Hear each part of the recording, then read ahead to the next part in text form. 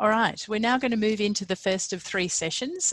This session is on telehealth and primary care, and I will be the chair of this session. Encourage everybody to please post their questions into the Q&A.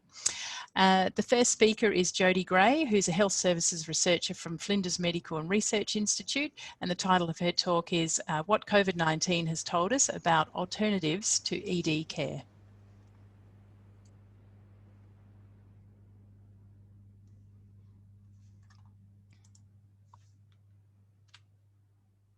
Okay, do I have slides?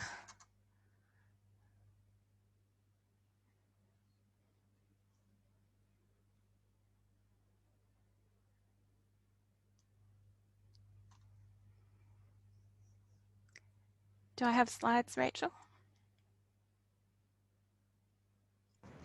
Sorry, Jodi. Yes, yes, you do. You have slides. You've been given access to control your slides. So if you just double click on the slide, you should be able to forward them. Ah, lovely. Thank you very much.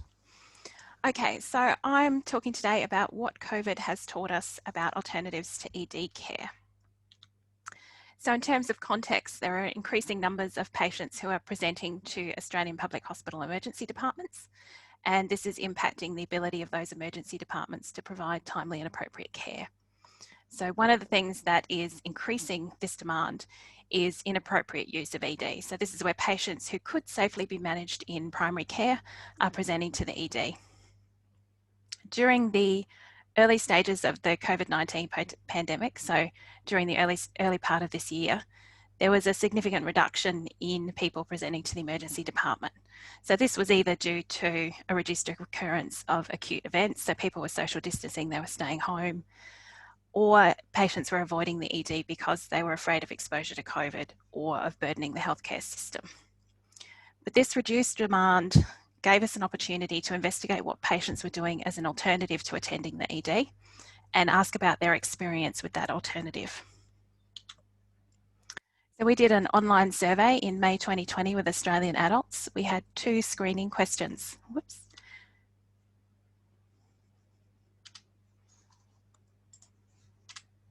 There we go. We had 2 screening questions. So one was, had the respondent ever experienced had the respondent experienced in the last 4 weeks a health issue for which they considered going to the ED? And would they have gone to the ED if they had experienced that health issue before the COVID pandemic? So they had to answer yes to both of those questions to be included in our survey. We then asked them to describe their health issue, the level of concern they had about the health issue, the care choices that they made and the providers that they contacted, and their experience with care.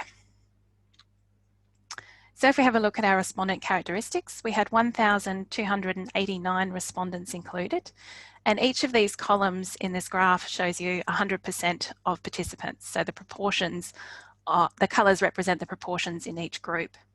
So for age, we can see that about 65% of our participants were under 45 years old.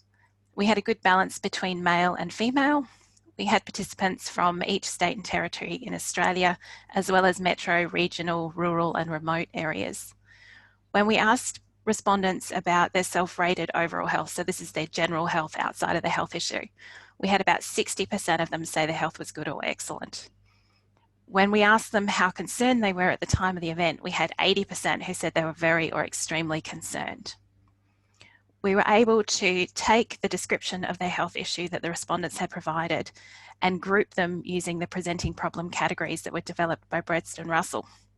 And from this, we could find that the major health issues that we saw were around injury, cardiovascular, neurology, and gastrointestinal.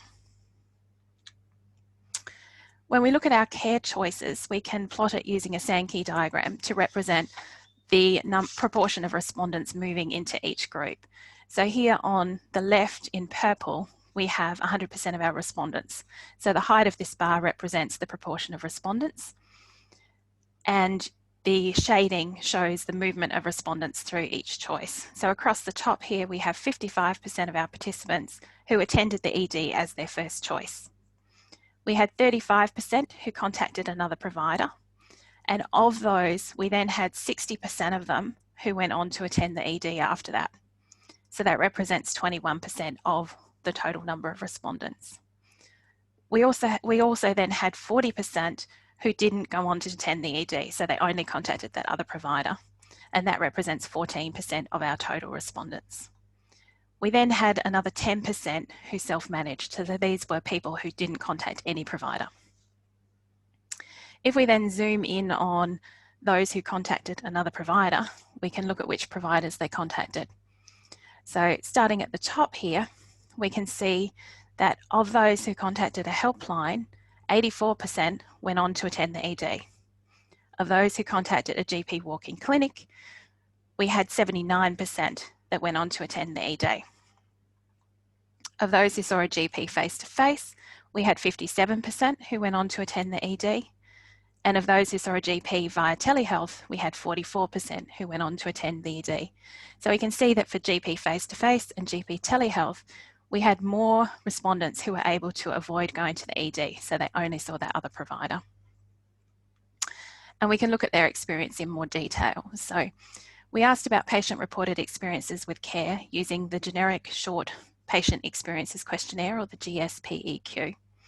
And this uses a 5 or 4 point Likert scale to ask patients or participants about 10 different components of care. So the components of care are listed here as the question, and you can see the responses for the Likert scales are across the top. So here we're looking at, for those who only contacted a GP, and we're comparing whether they contact those who contacted the GP by face-to-face, which is the top bar, and by telehealth, which is the bottom bar there. So each bar here represents 100% of respondents, and the green colouring shows the proportion of respondents who had a positive experience, and the red-orange shows the proportion who had a negative experience. So what we can see here is that when we asked about overall satisfaction, we had 65% of those who saw a GP face-to-face said they were satisfied with care, they had a positive experience. And of those who saw a GP via telehealth, 52% reported a positive experience with care. So we can look at the responses for all the different components of the questionnaire, and there's a fair bit of information here. So if you just scan through the green, what we can see is that for most items, those attending face-to-face reported more of those attending face-to-face reported positive experiences compared to those attending telehealth. If we look at the negative experiences, what we can pick out is that those who use telehealth reported more negative experiences around whether it was easy to understand, the confidence in the provider's expertise, whether the service was well organised, and the wait times. So in conclusion, 35% of our respondents contacted a non-ED healthcare provider. 40% of those were able to avoid the ED entirely.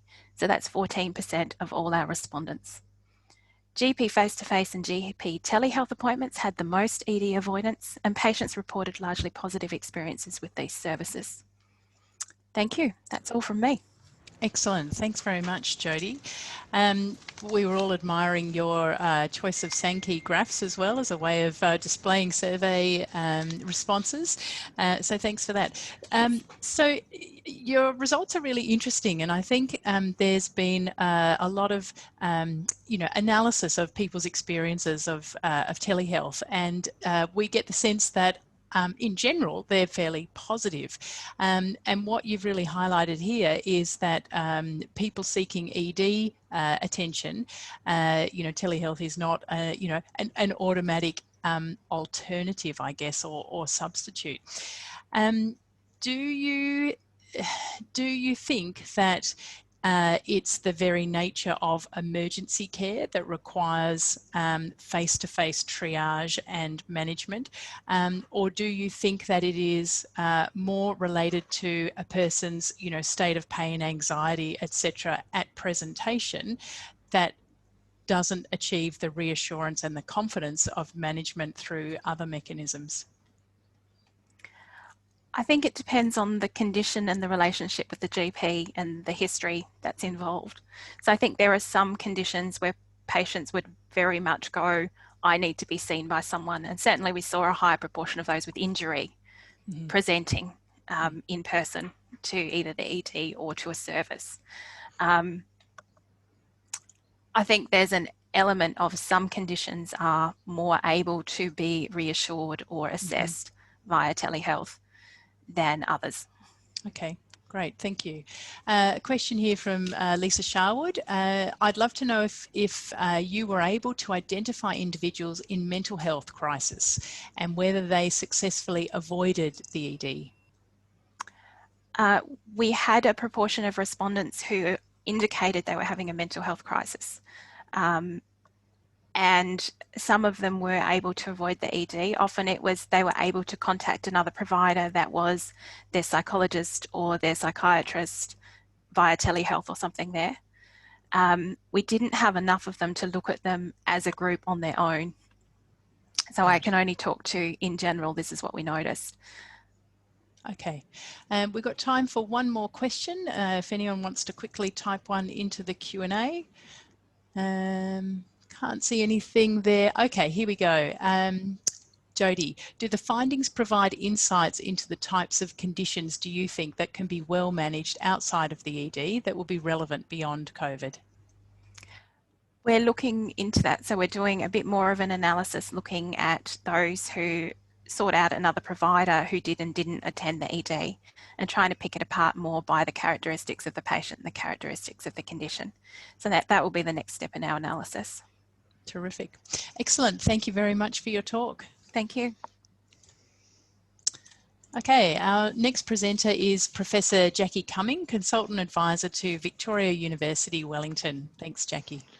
Hi everyone, great to see you all here today. So we're also talking about telehealth, and although telehealth has been increasing in Aotearoa, New Zealand over the last few years, most consultations in primary healthcare have continued to be in person. There was some increasing phone triage with healthcare homes, a new model of care here, and some phone consults for a known or minor health issue. So in about 2019, about 2/3 of practices were offering a patient portal. About 20% of patients were registered to use it. About 4% of patients were using video conferencing. 21% were using the portal to look at their notes, and 65% were using the portal to look at their laboratory results. Right. Can't seem to move it on, Sarah. Just give your slides a double click, Jackie, and see if you can forward it again, perhaps with the arrow keys. Should be able to do it now, just click it? Yeah, so just try again now. Yep, okay, hang on, this has gone small. Okay, so most telehealth, oh, sorry, we've gone too far ahead. All right, there we go. So this is looking at why we were doing this. So we were about to start a piece of research with patients about, particularly about the healthcare home, and we were not able to do that. And we were also aware that the amount of telehealth was increasing significantly. And two major surveys that collected data on patient experiences had stopped. So we knew there was no information being collected about services during the lockdown. So we decided to do a survey. It was an online survey. We simply sent it out via a whole range of different social media platforms and so on, and we got over 1,000 responses to this. We also did some in-depth interviews, so we asked some of those people to provide us with the ability to do an interview with them. The sample ended up being mostly female. The reason for that, we think, is more females answer surveys, and also we asked about people who were delivering, who were going to get services on behalf of family members, for example, and that would be more likely to be women. And they also use more primary healthcare services as well. So we probably had more women in the survey, and we had fewer people in the over 65 age group. So most telehealth during lockdown was actually done by telephone. 86% of survey respondents had contact with primary healthcare during lockdown. 85% made contact by phone. 30% made contact through an online website or portal. 26% visited the clinic. 15% made contact by email. And then 61% had a telephone consult and 5% had a video consult. So few people having video consults. Oops, gone too far ahead. Let's see. Oops. Oh dear. Hang on.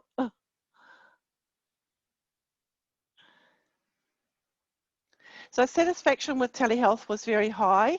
So 86% of people were satisfied or very satisfied, and 90% were satisfied with their video consults.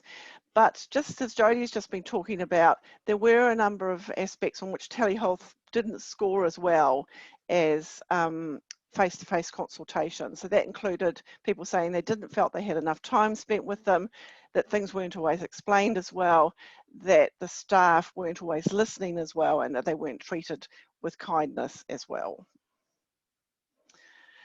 One of the issues was around variation in access. For some people who got used already to using an online portal, many of those were actually shut down at the beginning of the lockdown. So people then had to ring up, and of course they were having to wait on the phone, and they weren't happy about having to kind of to actually do that. Others felt that the having a video consultation or a telehealth consultation actually worked really well, and they would like to see it more in the future. Some people pointed to the fact that not everybody actually has the finances for the technology that's actually needed, you know, like a computer or phone that can access the internet. And some people also felt that they would actually rather have the service delivered face-to-face, for example, if they've got hearing issues. And in general, though, people were happy because it was, for routine things, it was a lot quicker and there weren't travel and waiting times. Telehealth particularly worked well where there were trusted relationships, particularly where the provider, for example, a general practitioner, and the patient actually knew each other, and they also knew about the condition that they actually had as well. But they also recognised that not every single visit would necessarily be good being done by telehealth. Patients were pretty good at actually being able to say, identify for themselves when they thought they might actually need to see a practitioner, or because if they had something similar in the past and they could talk, they knew their provider, they were fairly comfortable then using telehealth as a service. One of the issues that came up here was about what's fair for time and money. So we had different views on this, people being charged the same as if it had been a face-to-face consultation, but feeling that was unfair because there was no consultation. On the other hand, some people actually facing lower charges, and that they actually liked the fact that the charge was actually then lower. Some raised issues around privacy and safety as well, in terms of safety in a clinic, but also then privacy in terms of being online and whether the online service could be hacked. So just some key conclusions. People generally liked having the telehealth options, and they'd actually like to have more of it in the future. They could recognise the circumstances under which they felt they actually ought to go and see someone and have a face-to-face consultation, and they could actually judge that. They certainly would like to see more of it in the future, and they're willing to have that actually happen. And they have a fair idea about what's value for money, and so sometimes they were happy that the service was cheaper, but not always. But mostly the final thing was people actually wanted better information when they rang up the clinic, and for a choice to be offered. So do you want to see someone? Do you want to do a video conference? Would you like to have a teleconference done by phone? And to be actually given that option from the very beginning. So thank you. Excellent. Thanks very much, Jackie. We only have time for one question. I don't see anything posted in the Q&A, but I've got a question here from one of my colleagues, Suzanne Robinson. And I'll just read this out. An observation that telehealth ED in rural and remote is being undertaken in a medical centre with specialist support, and the patient would have a medical professional, usually a nurse, to sit with them while they have telehealth with a doctor. It might be worth looking at different satisfaction across rural and remote areas. Is that something that could be possible, or is that a system within New Zealand? I think we probably aren't able to do that in terms of the data, the sample size not being enough, but it's certainly an interesting issue. I think telehealth in that way hasn't gone out as much in New Zealand as it might have in parts of Australia. Okay, excellent. Jackie, I've got several other questions I'd like to ask you, but in the interest of time today, I might continue some discussions with you offline. That's great, thank you.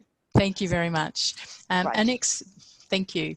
Our next speaker is Kate Caroll. Kate's a research physiotherapist and honorary research fellow at the Children's Hospital and Medical Children's Research Institute, Murdoch Children's Research Institute. Thank you. Thank you very much for the opportunity to present this morning. So firstly, I'd just like to say I'm presenting on the behalf of the health professionals from the Paediatric Neuromuscular Clinic in Melbourne, Victoria. And I'm going to be presenting with you early results from our project looking at perceptions of telehealth in our multidisciplinary paediatric neuromuscular clinic. So as background, the Neuromuscular Clinic at the Royal Children's Hospital in Melbourne is a weekly multidisciplinary clinic that oversees and provides care to more than 500 children and adolescents in Victoria, Tasmania and southern New South Wales who have complex and rare neuromuscular disease. And since 2008, when the clinic started, families have attended the clinic in person, where they may have up to 6 appointments with a variety of medical, nursing and allied health staff, as well as essential investigations, all taking place on a single day until 2020. So like healthcare services all around the world, we had to rapidly transition to telehealth, something we hadn't really used previously, to continue to provide care to our patients. As the dust settled, systems were put in place, clinicians became more adept with using the technology, and it became clear that telehealth wasn't all bad. There were actually some good things about it that we might want to keep. So we decided to ask our clinicians and families what they thought of telehealth in the neuromuscular clinic. The aims of this project are to firstly evaluate perceptions of telehealth in the neuromuscular clinic from everybody who participates. And secondly, to use that information to create guidelines for recommended use of telehealth in our clinic in the future. Separate surveys were developed for families, children, as well as clinical and administrative staff, and ethics approval was granted by the Royal Children's Hospital. Questions were asked about the perceptions of the telehealth experience, including benefits and stresses associated with telehealth. Questions about the interaction between clinicians and families, any technical difficulties experienced, the overall satisfaction and preferred model of care for future appointments. And the response types included multiple choice, sliding scales and open text. The survey was distributed via email and will continue until the end of 2020. And I'm presenting the results up until October the 12th when abstracts were submitted. So looking at the preliminary results to date, firstly from the families, the survey had been distributed to 266 families by October 12 with a disappointing response rate of only 15% from parents, perhaps reflective of everything else that was going on in their lives at that time. In addition, 17 children have completed the survey, and from the responding families, the mean age of children attending the clinic is 9.2 with a range of 1 to 17 years. Families reported that they typically saw 3 or 4 clinicians via telehealth in a single event with a range from 1 to 7 appointments. 55% reported that their child engaged better with clinicians during face-to-face appointments than via telehealth. But some reported benefits of telehealth included the fact there was no travel time, there were no parking costs, they were reported by a majority of participants, and no long hospital waits in the waiting room. Whilst disadvantages included the internet connection dropping out and not being able to connect with all clinicians. 55%, I've already said that. Okay, apologies. So most families felt that all or some of their issues were addressed during their telehealth appointments. So if we add those figures together, that's over 90% were happy. And when they were asked to rate their satisfaction with telehealth, they gave it a 6.7 out of 10. Only 24% of the respondents would prefer to return to face-to-face visits only, with most respondents indicating they would prefer to conduct at least some visits via telehealth. A number of parents pointed out that telehealth suited some appointments better than others. For the children, they were equally likely to prefer face-to-face only or a mixed model of telehealth and face-to-face. The survey has also been distributed to 31 clinicians with a 55% response rate, and most disciplines represented amongst that group. Typically, clinicians see between 1 and 7 families in an afternoon and spend 30 to 40 minutes with each of them. Most clinicians reported that they were typically unable to connect with at least 1 or 2 families per clinic. And benefits reported by the clinicians included improved patient attendance at clinic, flexible working arrangements, and improved time management. Reported concerns, and more than 80% of clinicians reported that they were worried about being able to provide a quality healthcare experience via telehealth. There were also worries about the connection and whether it would be reliable, and discomfort from extended screen use from clinicians who are used to moving around in their workplace. Satisfaction with telehealth amongst clinicians was rated at 6.5 out of 10, so very similar to the families. And their clinician preference for a future model of care was for a mixed model, with 88% reporting that, and 69% of the total still wanted more face-to-face than telehealth though. So in conclusion, what started as a reactive transition to a remote care model has provided an opportunity for our clinic to proactively consider how we deliver care moving forward. Acknowledging that these are preliminary results and represent a low response rate, survey responses are providing us with valuable information. Face-to-face clinics are still invaluable for thorough clinical assessment. However, it's clear that a mixed model of care tailored to disease type and stage may be appropriate and even preferable in some situations. The development of the clinical guidelines that balance the use of telehealth with care considerations will be the most important outcome of this project.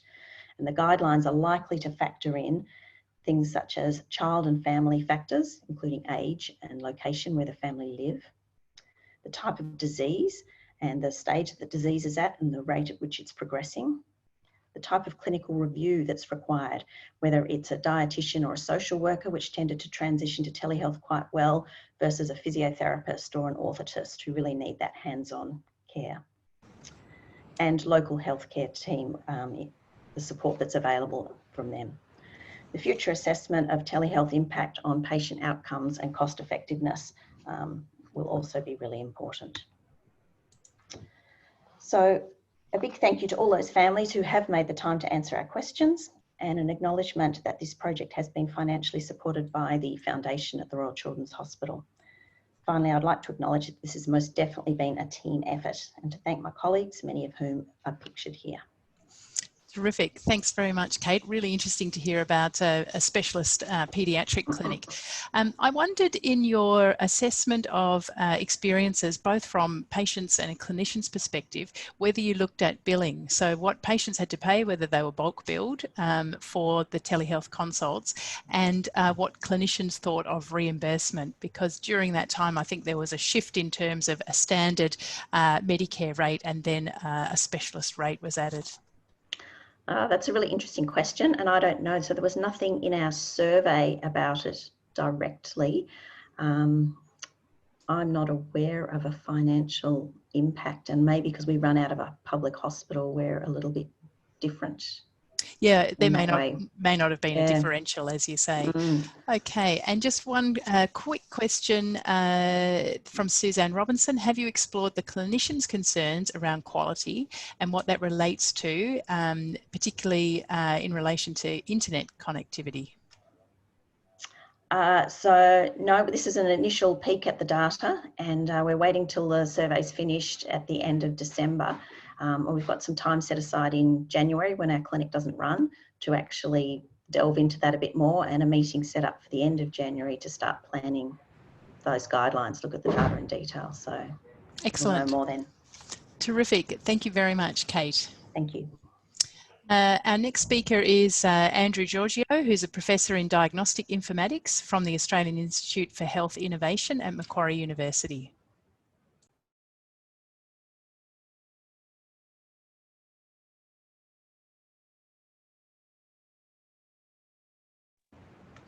Andrew, we can't hear you. I think you're on mute. Is that better? Yes, that is terrific. Okay. Thank you. All right. So thanks very much. Firstly, I'd like to acknowledge my team at the Centre for Health Systems and Safety Research. They played a big part in putting this together and collecting some of the data I'm going to show you. So I'm going to talk about enhancing primary care policy and using data as a source for that. Obviously, COVID-19 has had a devastating effect on communities around the world. The thing is that health systems have been forced to make rapid choices about how to prioritise their care, how to manage infection control, and how to maintain capacity. And it's that interruption to normal patterns of healthcare, and the suspension of services has meant that there's almost been a parallel pandemic, which is the impact it's had on detection and treatment of many non-COVID conditions. And the early evidence sort of suggested that. So from the Bureau of Statistics, a survey showed that 1.4 million adults were unable to see their general practitioner in that early period of the COVID pandemic. Medicare figures revealed that pathology testing fell by almost 30%, and consultations with specialists also fell by 8%, and medical operations 27%. So I'm going to concentrate on general practice because slumps in general practice visits, there's potential for detrimental and long-term effects on patient care and outcomes, especially if it impacts on diagnosis and screening programs and ongoing monitoring of patients with chronic disease. So general practice data has often been a very hard, it's hard to sort of be able to analyse and obtain data about general practice. Previously, we relied on the Beach survey, which would come out every year. It's basically a survey that was carried out with GPs, but we've never really had the opportunity to look at real-time data. And yet I think near real-time data, in the sense that we can look at what's happening not years behind, but sort of as in the last month or two. So we've teamed up with Outcome Health at Data Custodian, and they have a population level analysis and reporting extraction tool, and they gather de-identified and secured electronic patient data from general practices, along with 3 general Victorian primary health networks, Gippsland, Eastern Melbourne and Southeastern Melbourne, involving about 450 participating general practices, and also a couple of PHNs from New South Wales, Central and Eastern, Southwestern, around 300 participating general practices covering mostly metropolitan areas of Sydney, where we embarking on a program to look at general practice and look at the impact that the COVID pandemic has had. This is a Digital Health Collaborative Research Centre funded project. So just to give you a few little pictures of what we're finding. So this is the request of common pathology tests. And in the background, it compares the New South Wales primary health networks with the Victorian. In the background, you can see the weekly COVID-19 cases over the span of this year. You can see how there was a comparison with the average before 2020 and now 2020, the red. And you can see how in that first wave that there's a significant drop in pathology test ordering. In New South Wales it picks up, it does in Victoria too, but then in the second wave in Victoria it dips again. So between 30 and 30th of March, the Australian government released a list of temporary Medicare benefits scheme items to cover general practice payments for out-of-hospital patients, and it did have an impact. So in Victoria, telephone call consultations, there was none in 2019. It went up to 95,000 in 2020. Similarly, in New South Wales, there was a similar rise, not as much as in Victoria. Video did have a lot more in video impacts, 2,540 in 2020, 805 in New South Wales. But obviously, it's telephone that's been the major major impact. So if we look at Victoria and New South Wales and we compare the proportion of weekly MBS claimed items for the PHNs across each state, you can see, so this is the proportion. So that the face-to-face line was 1, obviously beforehand. It dips dramatically in the first wave. In Victoria, during the second wave, telehealth actually, video and phone actually surpassed face-to-face in terms of the consultations. In New South Wales, there's a different pattern. It levels out. I guess we'd expect the same to happen in Victoria in the coming period. So what we're doing with these, we're going to produce a series of snapshots. I've given you an illustration of the impact on telehealth and pathology test ordering. I guess having the data available means that we can actually look at other things, like mental health is obviously one that there's a lot of concern about.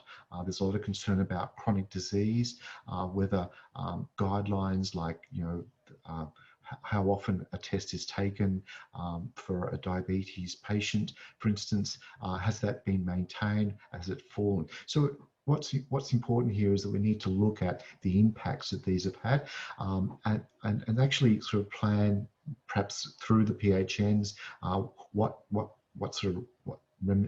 remedial actions need to be taken. And I think I'll just leave it at that. Thank you.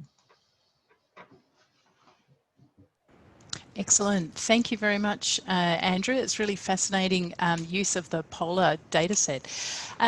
There's a lot of talk about COVID has been, the earthquake or the shock that has, perhaps recalibrated demand and service provision. And so my question is about assessing under-treatment and over-treatment. Do you think that the POLAR database, that primary healthcare, particularly tests, consultations, diagnostic imaging, for instance, do you believe that this database might shed light on what is low-value care and possibly unnecessary care, and where there's also pockets of under-treatment or under-diagnosis?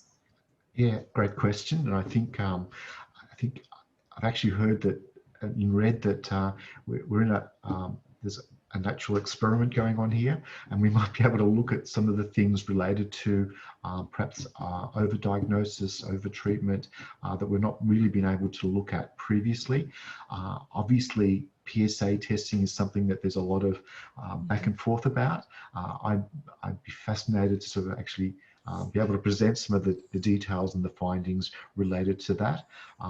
But also on many other aspects. Medical imaging is something that gets a lot of attention, and I feel that it would be valuable to actually look at those in the context of COVID, but also in the context of the guidelines, what's been recommended, and how people are going about their choices in this period. Not just it's not just individual choices of patients, it's also how general practices are going about it as well. One of the things about the telehealth, when I presented some of these findings to general practitioners, what they were telling me was that they've actually planned a lot of their practice around the way that telehealth is actually carried out. So it's not just that the patient just rings up, but actually they're enforcing sometimes that sort of process in order almost to sort of create a sort of a triage scenario where they can actually see what the problem is before just letting the patient come right. in. So, a screening test prior to a consultation. Okay. Yeah. So there's a lot of things happening, and I feel that having some data available that's sort of not too far in the past gives us an opportunity to look at those things as they're happening almost. Terrific. Andrew, for those who are on the line who are not so familiar with the POLAR database, can you tell us what it has over and above the Medicare database in terms of MBS and PBS? What else is there? So we can actually look at some demographics. So we can look at what age groups people fall into, obviously their gender, the area they come from, you know, the condition that they might have, associated information. You know, sometimes it might just be weight and things like that. So there's a lot. It's a much richer data set. It doesn't, you know, obviously MBS is important, but with pathology testing, when you do pathology tests and look at MBS data, they only pick the top 5 most expensive pathology tests. So it doesn't really give you a picture of what's happening. There's a lot of tests that are missed. So this gives you a whole picture. So in other words, it's a much richer sort of, and it means you can compare with the demographic factors, the socioeconomic factors, you know, the remoteness factors that give you a better picture of what might be happening out there. Terrific. And one final quick question before we break. The uptake of video consultations as opposed to phone consults has been low. Any thoughts on that? Yeah, well, look, that's, I was actually interested in the previous presentations because they started to give some of the clues that we might need to address. I think it's very, I don't really have an answer. In fact, it's probably one of the biggest research questions I want to explore. I mean, I suspect that telephone's easier. It's straightforward. It might not just be the people involved, might not be the patients, and also might be general practices, what they prefer. There's a lot of complex issues involved. I do feel though that the encouragement, the incentives to use telehealth have obviously made a difference. Perhaps we might need to consider making some breakthroughs, because now is an opportunity to make some breakthroughs. Absolutely. Yeah, absolutely. The time is now. Terrific. Thank you very much, Andrew, for your presentation. Very interesting. Now, for everyone who's online, we're going to be taking a short comfort break, and we are about 4 minutes behind time. So we're going to come back and commence on time. So that's 11:20 Australian Eastern Standard Time. So 11:20, and we'll start the session on discrete choice and preference.